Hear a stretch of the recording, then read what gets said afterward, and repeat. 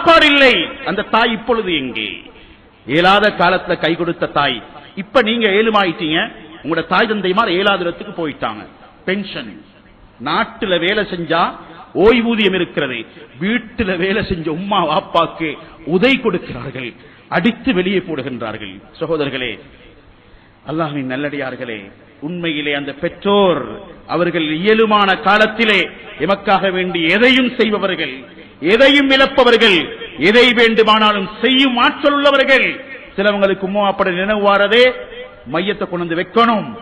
வெளிநாட்டுல மகன் இருக்கும் பொழுதே உம்மட முகத்தை பார்த்து பேச நேரம் இல்ல, பாப்பட முகத்தை பார்த்து பேச நேரம் இல்ல.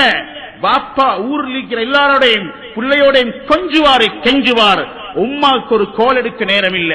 மௌத்தா போனா சொல்லுவாரே மையத்தை மட்டும் அடக்கிடுவானம், அடுத்த பிளைட்ல வந்து இறங்குவேன், 24 மணித்தியாலம் போகுது. தாய் தந்தையுடைய கபருக்கு துவா செய்யறதல்ல, அதுக்கு முன்னால உடம்போடு உயிரோடு இருக்கும் பொழுது அந்த உம்மா வாப்பாவை பார்க்கிறது கடமை. இல்லா போனதுக்கு பின்னால மட்டும் மையத்தடக்கவான் என்று சொல்றது கெட்டித்தனம் இல்ல. சகோதரர்களே, அவர்கள் எமக்காக வேண்டி வாழ்ந்தவர்கள், எமக்காக வேண்டி எதையும் செய்பவர்கள், எமக்காக வேண்டி உழைத்தவர்கள். அன்று ஒரு சகோதரர் மண்ணறையில் இருந்து அப்படி இறங்கி வருகிறார். அவரிடம் கேட்கப்பட்டது, ஏன் அழுகிறாய், ஏன் கவலைப்படுகிறாய்? என்னுடைய தாய் மரணித்து 3 மாதங்களாகிறது, என் உம்மா எனக்காக வேண்டி பட்ட கஷ்டங்கள் ஒவ்வொன்றாக இப்பொழுதுதான் நினைவு வருகிறது.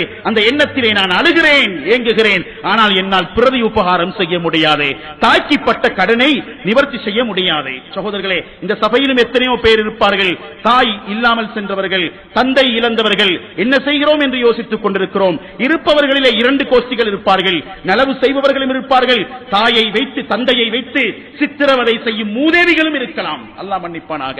சகோதரர்களே, கண்ணியமிக்க அல்லாஹ்வின் நல்லடியார்களே, அந்த தாய் இல்லாத அந்த மகன், அந்த தாய் இழந்த மகன், அந்த தாய் செஞ்ச ஒவ்வொரு கடமையாக நினைவு வருகிறது, கஷ்டப்பட்டதெல்லாம் நினைவு வருகிறது. அவர் சொல்றாரே, என் உம்மா எனக்காக வேண்டி, எங்களுக்கு சகோதர சகோதரிக்காக வேண்டி எப்படி கஷ்டப்பட்டா தெரியுமா?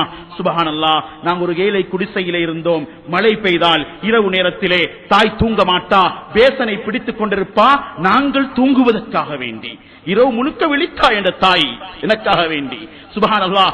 சொல்லுகின்றார், ஒரு நாள் சிறிய வயதிலே 25 நோன்புகளை பிடித்தேன். பிடித்ததன் பின்னால் தாயிடம் கேட்டேன், தாயே எனக்கு பெருநாள் உடுப்பு வாங்கித்தாங்கோ.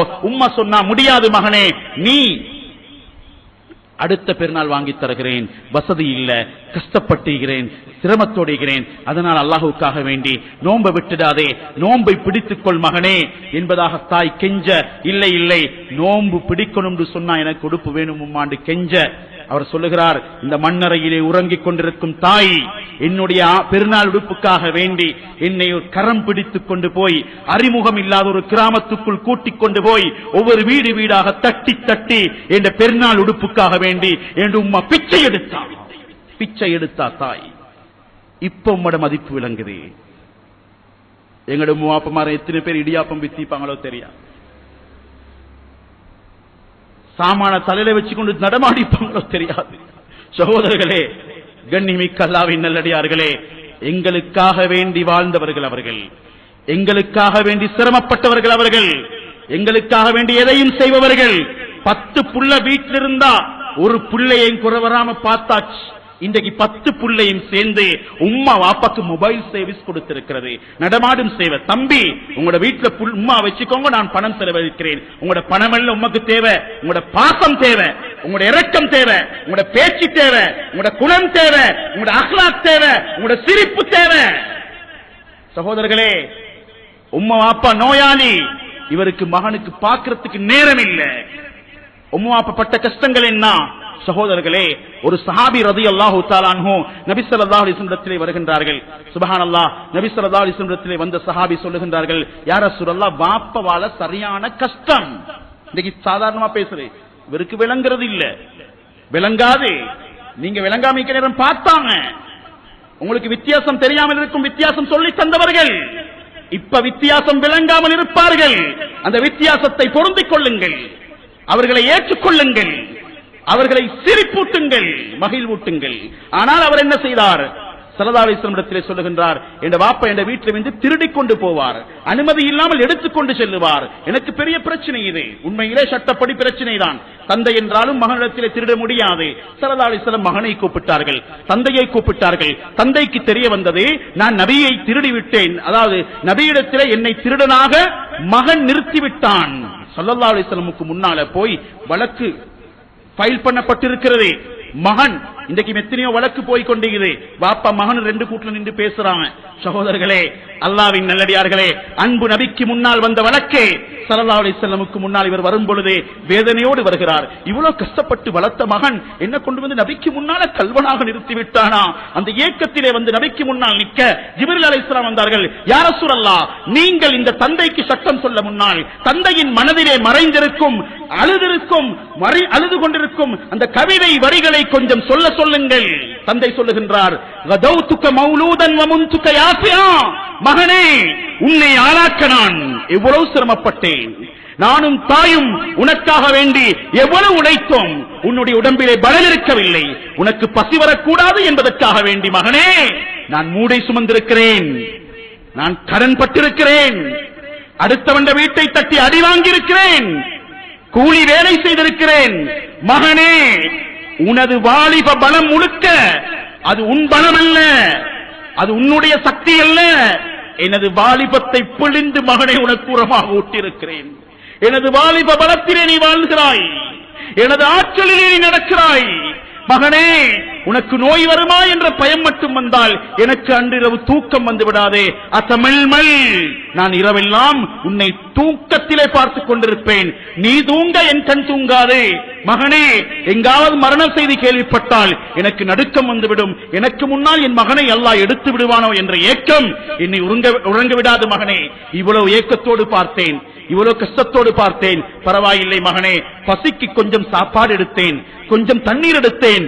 நீ இதற்காக வேண்டி நபிக்கு முன்னால் வந்து என்னை நீ திருடனாக நிறுத்தி இருக்கிறாயா மகனே?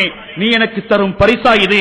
பரவாயில்லை மகனே, வாப்பா மகன் என்ற உறவை விட்டாலும் பக்கத்து வீட்டுக்காரரோடு நடந்து கொள்ற மாதிரியாவது நீ உன் வாப்பாவோடு நடந்துக்கோ என்பதாக அவர் கவிதையிலே சொல்லி முடிக்க அன்பு நபி ஸல்லல்லாஹு அலைஹி வஸல்லம் அழுதார்கள். அழுது விட்டு ஒரு வார்த்தை சொன்னார்கள், அன்பார்ந்த பிள்ளைகளே, மகன்மார்களே, அதுதான் ஷரியத். அந்த வமாலுக லி அபீக, நீ வாப்பெடுத்த சொத்துக்கு ஹலால் கேட்டு வந்திருக்கிறாயா, சட்டம் கேட்டு வந்திருக்கிறாயா? இதுதான் ஷரியத்தின் வசனம், இதுதான் ஷரியத்தின் வார்த்தை. அந்த வமாலுக லி அபீக, நீயும் உன்னுடைய முழு சொத்தும் உன்னுடைய வாப்பாவுக்கு சொந்தம், அவர் அதிலிருந்து எடுப்பதற்கு எந்த அனுமதியும் தேவையில்லை என்று சொன்னார். இஸ்லாம் இது.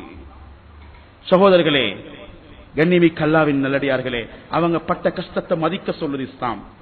உண்மையிலே குர்ஆனுடைய வசனத்தை கூட பாருங்க, அவங்க ஏழாத காலத்துல பாக்குறத சொல்லல, ஏழுமான காலத்துல. இம்மா எபுலுகன்ன இந்தக்கல் கிபர், உம்மா வாப்பா ஏழுமா இருந்தாலும் உம்மா வாப்பா தான். ஆனாலும் குர்ஆன் சொல்லுது அவங்க ஏழாத கட்டத்துக்கு போறாங்க, மூணாவது கட்டத்துக்கு போறாங்க. இப்ப கொஞ்சம் இறக்கப்படுங்கன்றது. இறக்கம் இல்லண்டா மனுஷனா மகானா? இந்த எத்தனை வாப்பா சொல்றாங்க. எனவே சகோதரர்களே, கடன், அவர்களை பார்ப்பது கடன். அருமையானவர்களே, எதையும் வேண்டுமானாலும் பெற்றோர் செய்யும் உள்ளமுள்ளவர்கள், எதையும் வேண்டுமானாலும் இலக்கும் உள்ளவர்கள். உதாரண கதை ஒன்று சொல்லுவார்களே, ஒரு தந்தை ஒரு தாய் மகனை பாடசாலைக்கு பார்க்க செல்லுவார். எப்பொழுது சென்றாலும் மகனுக்கு விருப்பம் இல்லை. வயசாலி வாப்பவோட பயணம் போறதுக்கே பிள்ளை விருப்பம் இல்லையே, கல்யாணத்துக்கே வச்சு கொள்றதுக்கு விருப்பம் இல்லாம அங்கோட வைத்தியசாலையில கொண்டு வைத்து உம்மாவை அட்மிட் பண்ணிட்டு எடுத்த கல்யாணங்களும் ஈகுது. லண்டன்ல இல்ல, லங்கால. சகோதரர்களே, கண்ணியமிக்க அல்லாஹ்வின் நல்லடியார்களே, அந்த வாப்பா அந்த தாய் ஒற்றை கண் குருடி. மகனை பார்க்க போனா அடுத்த மாணவர்கள் இவனை நக்கல் தடிப்பார்கள், பட்டப்பேர் சொல்லுவார்கள். ஒற்றை கண் குருடியின் மகன் என்பதாக கொச்சையாக பேசுவார்கள். உம்மா, நீங்க என்ன பார்க்க வரவானம், நான் படிக்கிறேன், முன்னேறேன், நான் பின்னால வந்து உங்களை தயவு செஞ்சு வந்துடாதீங்க. ஆனா தாய் மனம் தெரியும் உங்களுக்கு, இலகியதே. எதையும் யார் சொன்னாலும் விட்டு கொடுக்காதே. மகனுக்காக வேண்டி பின்னால் ஓடி ஓடி வரும் பண்புதான் தாயின் உள்ளம். சகோதரர்களே, தாய் போரா, திரும்ப போரா. மகன் சொன்னார், நான் போயிடுவேன், என்ன டிஸ்டர்ப் பண்ணவானான். கடைசிக்கு மகன் என்ன செஞ்சார்? அவர் வெளியாக விட்டார், வெளியூர் ஊருக்கு சென்றார். சொன்னார், என்னை தொந்தரவு கொடுக்க வேண்டாம், இது முகவரி, நான் இங்கே படித்து உங்களை சந்திக்கிறேன், அது வரைக்கும் என்னை தொந்தரவு கொடுக்க வேண்டாம் என்பதாக சொல்லி மறைந்து விட்டார்.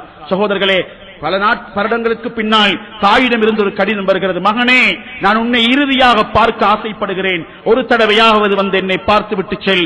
வரும் பொழுது வீட்டிலே ஒரு கடிதம் இருக்கும், அந்த கடிதத்தையும் எடுத்துக்கொண்டே வைத்தியசாலைக்கு வா. நான் கடைசி மூச்சுக்களை எண்ணிக்கொண்டிருக்கிறேன் மகனே, உன்னை இறுதியாக பார்க்க வேண்டும் என்ற ஆசையோடு இருக்கிறேன் மகனே, நீ வந்து பார். மகன் வேகமாக வந்தான்.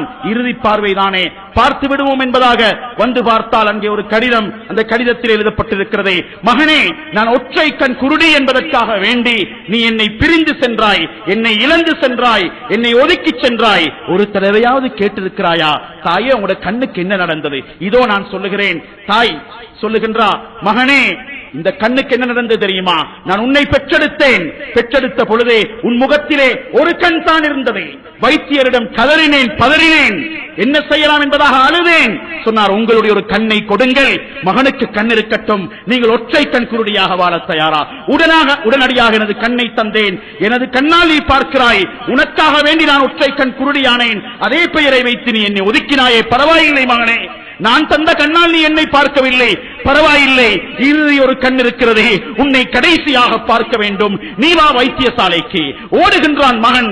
இறுதியாக தாயை பார்ப்போம், தாயிடம் மன்னிப்பு கேட்போம். அங்கே சென்றால் தாயின் உடம்பிலிருந்து உயிர் சென்று அப்படியே வெள்ளையால் மூடப்படுகிறது.